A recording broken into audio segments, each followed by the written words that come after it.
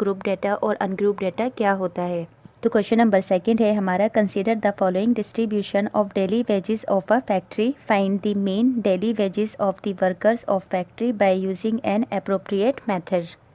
Question के अंदर 50 workers का डेटा दिया हुआ है उनके डेली वेजेस का, यानी कि हमें यहाँ पर इस क्वेश्चन में मीन निकालना है किसी भी मेथड का यूज़ करते हुए। तो हम यहाँ पर अज्यूम मीन मेथड को फिर से करना सीखेंगे ताकि ये हमारे माइंड में अच्छे से बैठ जाए। तो अज्यूम मीन का हमारा मेथड का फॉर्मूला होता है a plus sigma F I D I divided by sigma F I. तो सबसे पहले हम जानेंगे कि फ्रीक्वेंसी क्या होती है हमारी। तो जिस किसी भी डेटा के अंदर हमारा नंबर लिखा हो तो वो हमारी फ्रीक्वेंसी होगी।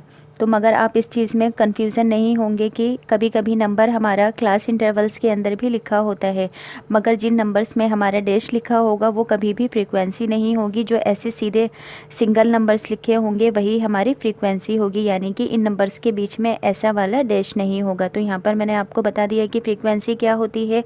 अब तीनों ही मेथड को करने के लिए हमारा क्लास मार्क निकालना मस्ट होता है। तो क्लास मार्क को हम डिनोट करते हैं XI से। क्लास मार्क का फॉर्मूला होता है हमारा upper class limit plus lower class limit and divided by 2।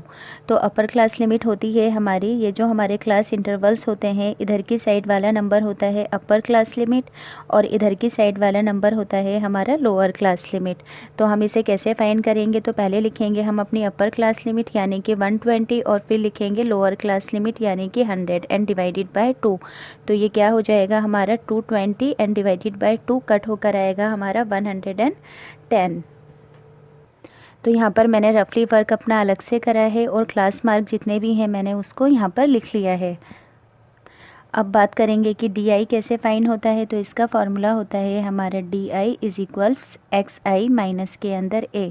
तो अब पहले हम जानेंगे कि A कैसे फाइंड होगा। तो A हमारा जो क्लास मार्क के बीच वाला नंबर होता है वही A होता है। तो ये कितने नंबर हैं टोटल, 1 2 3 4 5 नंबर हैं। तो 2 ऊपर वाले छोड़कर 2 नीचे वाले छोड़कर बीच का नंबर क्या है 150। तो ये क्या होगा हमारा A। तो DI निकालने के लिए X माइनस A होगा हमारा। तो यहाँ पर है हमारा X 110 और माइनस A क्या है यहाँ पर हमारा 150।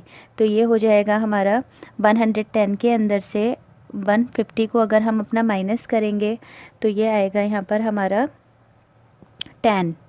40, मैंने गलती से 10 बोल दिया था। तो यहाँ पर आया हमारा 40, माइनस का नंबर बड़ा था इसलिए माइनस में। अब ऐसे ही 130 के अंदर से 150 को माइनस करेंगे तो आएगा 20, माइनस का नंबर बड़ा है तो माइनस का साइन। ऐसे ही 150 में से 150 को माइनस करेंगे तो 0।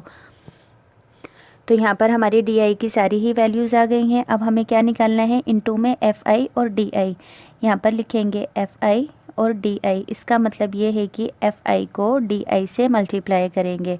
तो 12 को -40 से मल्टीप्लाई करेंगे तो आएगा हमारा -480। ऐसे ही 14 को 20 से मल्टीप्लाई करेंगे, ऐसे ही 8 को 0 से, 6 को 20 से और 10 को 40 से।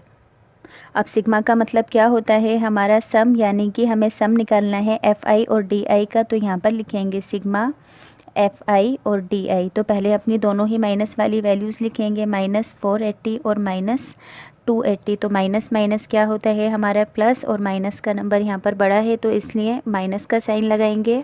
480 और 280 को अगर हम अपना माइनस करेंगे तो आएगा 760। अब ऐसे ही नीचे हमारे दो प्लस के नंबर हैं 400 और 120। तो इन दोनों को प्लस करेंगे तो ये आ जाएंगे हमारे 520। अब हम यहाँ पर क्या करेंगे कि -760 में से 520 को माइनस करेंगे तो यहाँ पर आएगा हमारा माइनस का नंबर बड़ा है तो ये हो जाएगा हमारा 240। तो यहाँ पर हम यहाँ पर लिखेंगे -240 सिग्मा FI और DI का सम। अब ऐसे ही सिग्मा FI का सम निकालेंगे तो सिग्मा FI यहाँ पर हमें क्या कहा गया था, 50 वर्कर्स हैं तो इसे प्लस करके देखने की ज़रूरत नहीं है। यहाँ पर डायरेक्ट ही हम लिख देंगे अपना 50। तो A की वैल्यू क्या थी यहाँ पर हमारी 150, प्लस में सिग्मा FI DI क्या है यहाँ पर हमारा -240 और सिग्मा FI है यहाँ पर हमारा 50।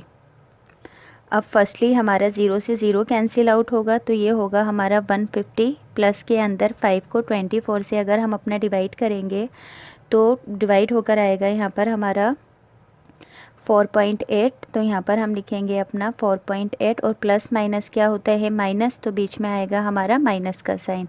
अब 150 में से 4.8 को माइनस करेंगे, माइनस करना भी बता देती हूँ। 150 है हमारे पास तो अपने पास से लगाएंगे पॉइंट और ज़ीरो, यानी कि 150.0 का मतलब ही हमारा 150 होता है। अब पॉइंट के नीचे पॉइंट, पॉइंट की लेफ्ट हैंड साइड है हमारे पास 4 और राइट हैंड साइड है 8, तो 10 में से 8 जाएंगे तो हमारे पास क्या बचेगा 2। अब यहाँ पर पॉइंट के नीचे पॉइंट, अब यहाँ से हम क्या करेंगे कि तो माइनस होकर आ जाएगा ये हमारा 145.2, तो आंसर के अंदर लिख देंगे मीन आया है यहाँ से हमारा 145.20। ज़ीरो अपने पास से लगा देंगे क्योंकि बुक के अंदर भी ज़ीरो लगा हुआ है, उससे इतना फ़र्क नहीं पड़ता क्योंकि जब हमारा पॉइंट में होता है कोई भी नंबर, अगर ज़ीरो के साइड पर 2 नंबर्स हैं तो यहाँ पर भी अपना एक ज़ीरो और बढ़ा लेते हैं, तो यहाँ पर आ गया हमारा 20।